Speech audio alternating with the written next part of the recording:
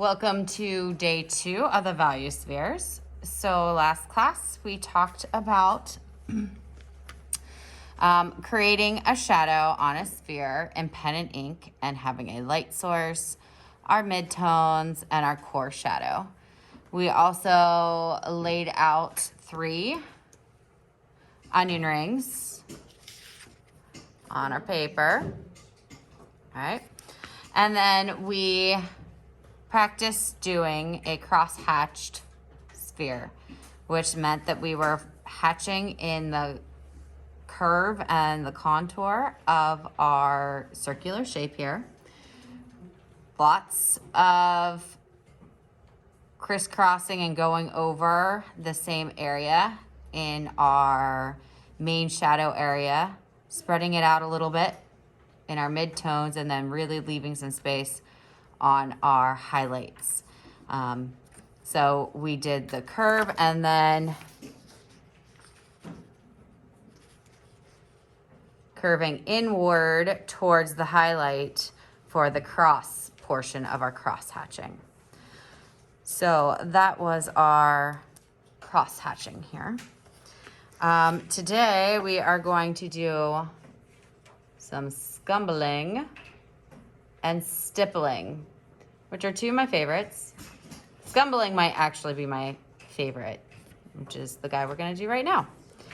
So, scumbling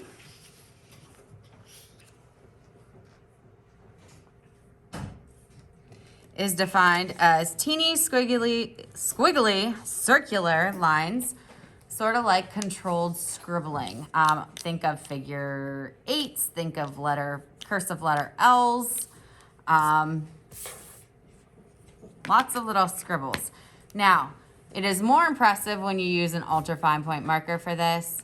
However, we're just going to be using the regular fine point marker for this, Sharpie marker, to save on some time. Without further ado, let's begin. For scumbling, I am going to actually begin by outlining the shadowed part of my sphere. Now, I'm gonna move this out of the way, and I'm sorry, I have to rotate my paper. I am a rotator. It is easier to pull than it is to push a line. And to pull a line, I have to kind of rotate my paper around. I'm not going crazy up here outlining just yet. So where I am going to have my darkest shadow, or my core shadow, I'm gonna make sure that my squiggles and my wiggles are close together. So basically think of like how you would draw curly hair if you were in kindergarten. Like lots of corkscrews.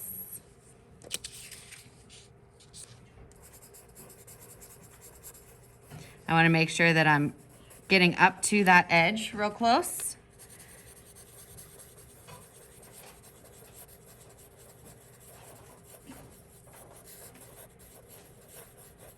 And I am keeping them controlled and tight. They're not like all over the place.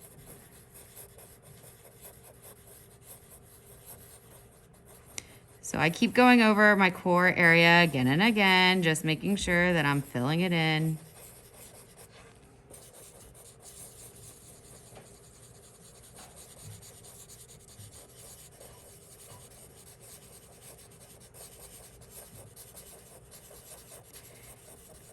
As I am moving upward,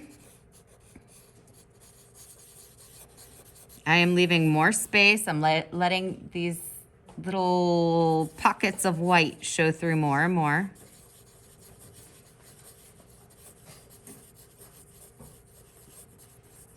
Until I get about a ring away, okay? I'm gonna kind of stop there for a second because I'm gonna do the back half of my circle now.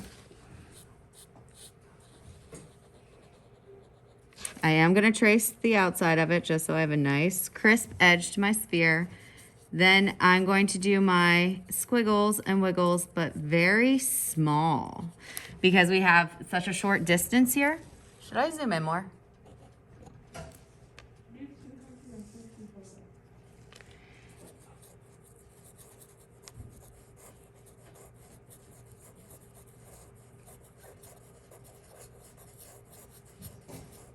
So notice like my speed has slowed down.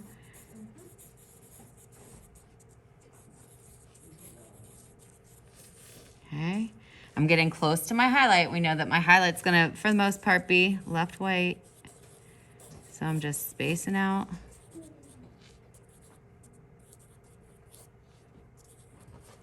Some of my scribbles, and some of my scribbles might not even be touching another. All right, then I'm gonna go ahead and take a look at this. It looks like maybe a little bit on the edge. I might go over a little bit here.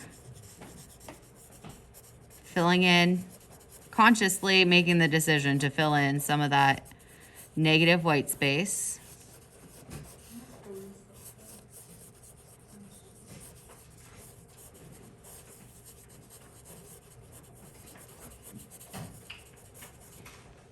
All right, so I have my sphere.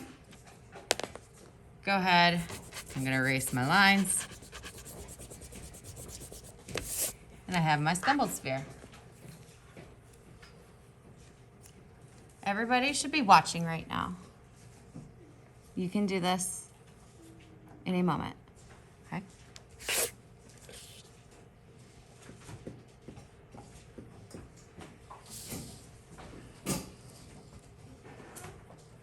The last one we are going to do is stippling, which is placing many dots on the paper to indicate shading. Probably the most time-consuming of all the methods, but it creates some of the neatest effects.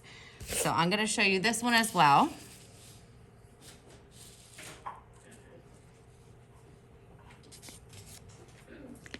And once again, I am going to trace the bottom of my core shadow.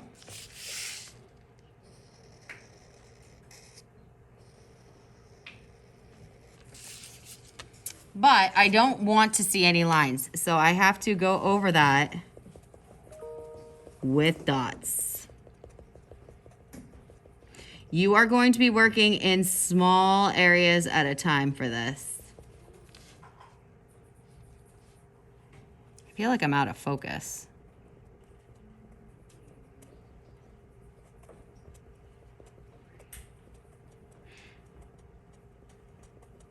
So I don't want to see a line. I want you to go over your line with dots so that it is not visible. Like the dots are going to camouflage it. It is just so that you get a very nice edge. And do not dot all the way around. Do not dot on each one of these levels either of our onion ring. I'm going to zoom out and zoom back in. See if that helps.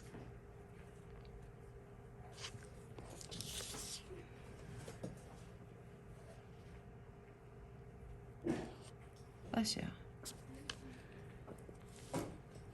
So I'm just gonna work here so that you guys can get the idea. I'm not gonna have you watch this entire thing. I'm gonna let you get to work and then probably fast forward it. I am not doing, let me show you what I am not doing.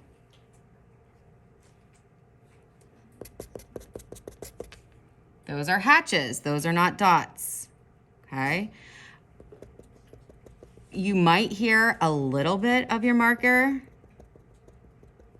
tapping on your paper, but I should not hear.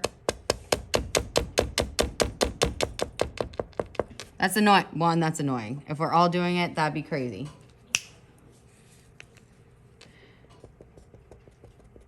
Small dots, work in small areas, like you're working on an inch area at a time. All right.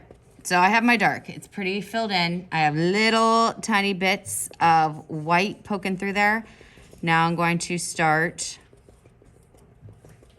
moving inward, leaving a little bit more white.